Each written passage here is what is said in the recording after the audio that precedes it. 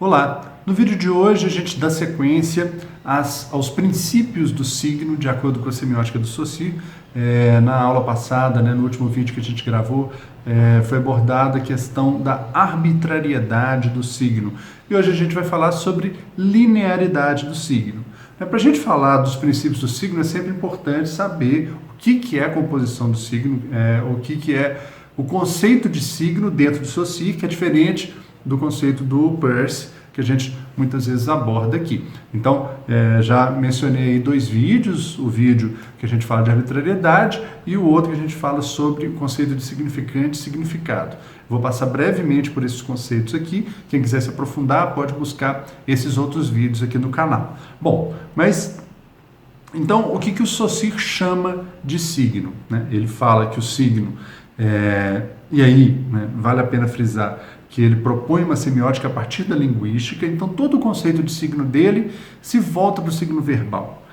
Ele entende que a linguística é uma parte de uma ciência maior, que ele propôs o nome de semiologia, mas o conceito, a ideia de signo dele é uma ideia de signo verbal linguístico. Bom, então para ele, o signo é composto de duas faces, que é o significante e o significado.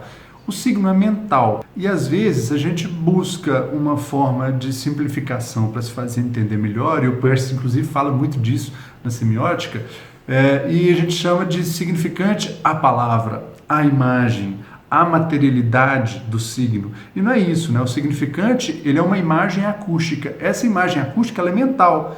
Tanto o significante quanto o significado são elementos mentais. O signo é mental. Como eu tenho uma impressão dessa imagem acústica e como que essa impressão do signo, essa percepção do signo mental, ela está associada a um conceito, a uma ideia que é o significado dentro da semiótica saussuriana. Bom, então se eu tenho um significante e um significado, os princípios do signo vão se desenvolver a partir daí. A arbitrariedade vai falar de como que o significante não tem uma determinação sobre o significado, e a linearidade a gente fala hoje. Antes de comentar, vamos lá para a definição da linearidade em Saussure. O que ele fala? Este princípio é evidente, mas parece que sempre se negligenciou enunciá-lo, sem dúvida porque foi considerado demasiadamente simples. Todavia, ele é fundamental e suas consequências são incalculáveis. Sua importância é igual à da primeira lei, no caso da arbitrariedade. Todo o mecanismo da língua depende dele, e por oposição aos significantes visuais, sejam marítimos, etc., que podem oferecer complicações simultâneas a várias dimensões, aqui vale um parêntese já, porque nós vamos mostrar daqui a pouco como que o princípio da linearidade ajuda até a gente pensar numa linguagem multimídia, numa linguagem em que relaciona elementos visuais e linguísticos, não verbais e verbais, ou até a simultaneidade de elementos não verbais como música e imagem, som e imagem, por aí vai. Daqui a pouco a gente fala sobre isso. Bom, os significantes acústicos dispõem apenas da linha do tempo. Seus elementos se apresentam um após o outro, formam uma cadeia. Este caráter aparece imediatamente quando os representamos pela escrita e substituímos a sucessão do tempo pela linha espacial dos signos gráficos. Eu tenho aqui na linearidade, por exemplo, uma tonicidade de sílaba. Tato e tatu são diferentes, exatamente por essa oposição. E é lógico que dentro de um contexto que também envolve uma linearidade, que coloca em relação outros elementos do discurso, do texto, eles vão definir que papel que aquilo vai tomar. Mas no caso aqui, tato e tatu vão variar em termos mais fonéticos e fonológicos, simplesmente na acentuação, assim como para e parar. Mas essa acentuação, ela só se apresenta como dentro de um plano da materialização da linguagem, que é linear.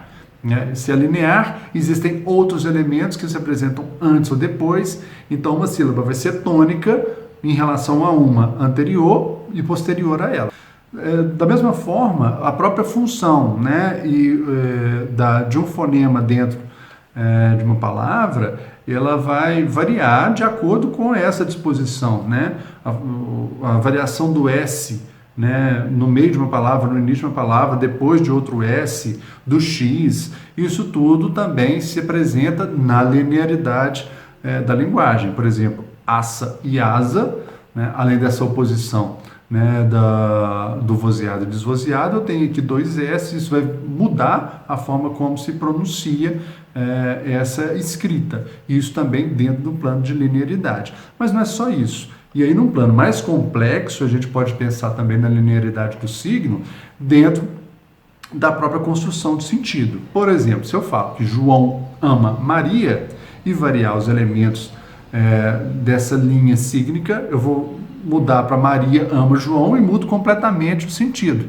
Quem dera se não mudasse, né? Se o fato de João amar Maria pressupusesse, né, que Maria também amasse João, mas não é o caso. Eu tenho aqui um papel que se atribui a determinado termo dentro dessa oração, que vai variar de acordo com a posição dela, né? Com a posição dela aqui. É lógico que eu posso inverter, né, mas um contexto é que vai definir. E se eu falo em contexto, eu também estou trazendo outros elementos para esse processo de significação.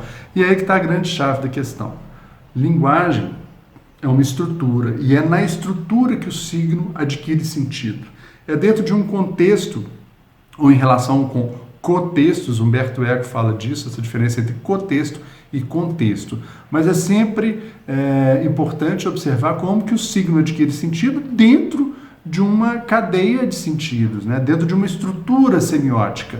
E quando a gente passa a analisar a linguagem não verbal a partir desses conceitos, a gente também chega a algumas conclusões importantes, porque existe uma estrutura de sentido que coloca em relação todos os signos uns com os outros, sejam eles verbais ou não verbais. Então, se o Saussure fala ali, né, que entre elementos visuais isso não acontece, a gente pode fazer um porém. Porque, no fim das contas, o princípio da linearidade ele vai mostrar como que os elementos estão relacionados uns com os outros. E se a gente vai para o plano da linguagem não verbal, por mais que não haja, né, simplesmente uma linearidade, é possível dispor vários signos ao mesmo tempo, simultaneamente, é o que a linguagem do cinema faz, por exemplo, né, audiovisual, mas da mesma forma como uma letrinha se relaciona com a outra, e da mesma forma como uma palavra se relaciona com a outra, palavras se relacionam com imagens, imagens se relacionam com som, e tudo isso constrói o sentido, constrói o processo de significação em conjuntos. Mas o fundamental é entender que nenhum signo funciona de forma desconectada do mundo, né? Desconectado de uma cadeia semiótica da qual faz parte, e essa cadeia de signos sempre interfere no processo de produção de sentido e de atribuição de significados aos significantes. Ok? Então, obrigado, até a próxima aula.